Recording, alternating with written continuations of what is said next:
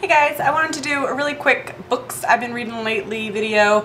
There are really only 2 books in here that I finished lately because I really haven't been reading books that much. But there's another one that I'm in the process of reading that I thought I would just mention and kind of talk about a little bit, so there you go. So this is Stiff, The Curious Lives of Human Cadavers by Mary Roach. I really enjoyed this book. I'm a little bit morbid. I've always been fascinated by death and just kind of gruesome stuff a little bit. Maybe that's why I studied criminal justice in school. I've always been like really fascinated by like murders and other weird stuff like that. So anyways, I enjoyed reading this book and just learning about all the different kind of things that happen to human cadavers because, you know, I'm listed as, you know, donate the shit out of me when I die, and so it's kind of interesting to see that a lot of times donations, you know, they're not really for purposes that you think they're for. When you donate yourself, you think, oh, my heart will go to someone who needs a heart, my lungs, my eyes, whatever. Actually, in many cases, you're kind of used for different sort of experiments. Sometimes you could be left on a mountainside to see how you decompose wearing clothes, facing the sun a certain way, and you could just be left to rot there and they would examine your body. Your face could be used as a plastic surgery practice thing. There's a lot of different things that can happen to your body after you die if you donate your organs or your body that you do not realize, and this book is something that I found to be really entertaining to read. I love her writing style. She cracked me up. I can remember reading this in bed and laughing and starting to laugh, and Ryan being like, what's so funny? And so I started reading it aloud to him. Probably like the last 3 chapters of it I read aloud to him just like at night when he was going to sleep and I wanted to read, and it was really fun. It made it a little bit more enjoyable to like experience the book with somebody. But Stiff is a book that I would totally recommend reading, and I cannot wait to read everything else that this lady has put out because I really enjoyed her voice. You know, sarcastic. Sometimes it was like a little like, okay, that's a little try hard, but for the most part I found it to be really entertaining. And I'm really excited about her other book, which is called Spook Science Tackles the Afterlife. Yeah, I love the afterlife as well, watching ghost shows and stuff, so this is just right up my alley. This lady has all the right interests, covering all the topics that I love to read, so very happy with Stiff. I definitely recommend it for anyone who is into gruesome, morbid things. If you're not, you're probably just gonna get grossed out, so don't read it. And on a totally different end of the spectrum, I read Grace Coddington's Memoir. She is the creative director of American Vogue, and like everyone in the world, I loved her in the September issue, which is a documentary about the creation and completion of Vogue's September issue, which is like the big issue every year. And she, you know, really just came out like a star in that movie. Everyone kind of became like obsessed with her, and so she was approached to write a memoir, and she did, and I enjoyed it. I didn't enjoy it as much as I thought. I guess from the September issue I really like was like, oh my god, like I love her, she is the blood behind Vogue, oh, like Anna Wintour, whatever. And then the more I read this, the more there were certain parts of it that kind of annoyed me, just felt like name droppy and just so like ha-da-ta, like oh fashion this, or just like oh it's not like nowadays with the blah blah, like there are parts where it's just kind of like, okay, like I get it, yeah, queen. But for the most part, I mean, I enjoyed reading it. It made me really excited about fashion and just got me in a good mood. Every time I read it, it just felt like I had a little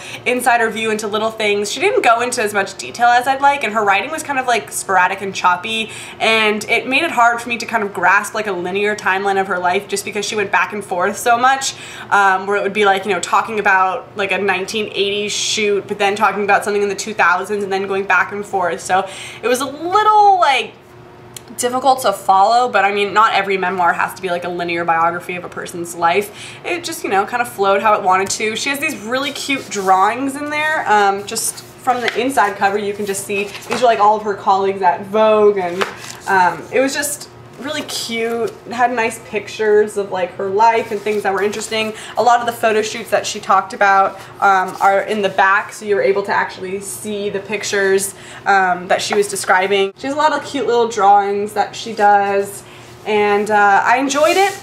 Overall, I would say if you are a fashion lover, if you watched the September issue and you fell in love with Grace, if you know, read Vogue, definitely check this out. If not, you're just not really gonna find it that interesting. And I don't think that it was, you know, amazing. Oh my god, I love it. I love her so much. It kind of like put me off to her a little bit at times, so I don't love her as much as I thought I did after the September issue. But I would say maybe like 4 out of 5 stars. I really enjoyed reading it. But, you know, and it's not like a literary genius type thing, like her writing isn't amazing. And one thing, like there were things that I thought were inconsistencies in there. Like there was this just strikes me as one thing, but there was like one little part where she talked about like grunge starting and there was something with like holes with sweaters with holes in them, and it was like how no one had that before or something. And then it was like a chapter later it was talking about how this one person did sweaters with holes in it before everyone else. Like there were little things where it was like, what? Or I felt like I found some inconsistencies in her writing, but I'm kind of like a detail freak, and I notice like when people say one thing and then say something else just in life. That's like my favorite thing, is to like really pay attention to what people say and like catch them in lies and stuff. That's why I thought I wanted to be like a detective or like a CSI for a really long time, because I was always obsessed with like, caught you in a lie. You know, my boyfriend hates it, so he's just learned to not lie ever, because I will know, always. That's the end of that. I enjoyed the book. Read it for yourself if you are into that. And then the last one, I'm currently reading and going through, but this book my brother gave me, and it is by David Wolfe, who I think is like, you know, one of those, oh god, awesome hair, bro. But he is one of America's foremost nutrition experts. This is called Eating for Beauty, and my brother knows the only way to get me to eat well is to dangle beauty over my head, because I'm just not somebody who eats healthy for the sake of eating healthy. Like, I need some really vain, superficial reasons to do so. I'm just not forward thinking enough to think like when you're old you'll have a better body and live longer. Just, you know, I don't really think things through all the way 50 years down the line. But anyways, except for tattoos, I don't have any tattoos. That's one thing I've been surprisingly not impulsive about, because I could have had some really bad tattoos. It just goes through like what foods are good, what benefit they have for your skin, how to pick good ones, like some breakfast ideas that are healthy, just, you know, different sorts of recipes that, you know, I should probably follow. And then it's just talking about like this is lesson 11, body beauty, skin, hair, nails, teeth, eyes, voice. And it's just talking to you about the skin, why you need certain things, voice beauty, beauty sleep, all sorts of stuff. So if you're somebody who is into health and you're also into beauty, and I don't know, you know, maybe you're a little into the new agey stuff, because this can go a little down that route. My brother and my mom really are. I'm open to it. I'm not like against it, but it's just, you know, I'm just not really that healthy of a person necessarily. But anyway, so this is a book that I'm going through, and I'm enjoying reading it, and hopefully, you know, it gives me a little kick in the ass.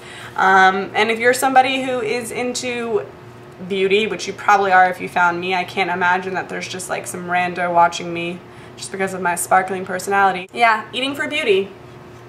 Check it out if you're interested. That's all I can really say. I never want to like tell people like you need to read this, because nobody is really like me, has the same sentiments as me, would enjoy it for the same reasons as me, etc., etc. So I never like to try to force anything on somebody. I would say out of all of those books, though, you do have to get Stiff. I will say that, because Stiff was awesome. So thank you guys for watching, and let me know if you have any book recommendations for me, anything you think I would like. I really haven't done that many book videos, so I can't imagine you have a really good grasp of what my literary tastes are, but hey, why not give it a shot? Okay, have a great day guys, and thank you for watching. Bye.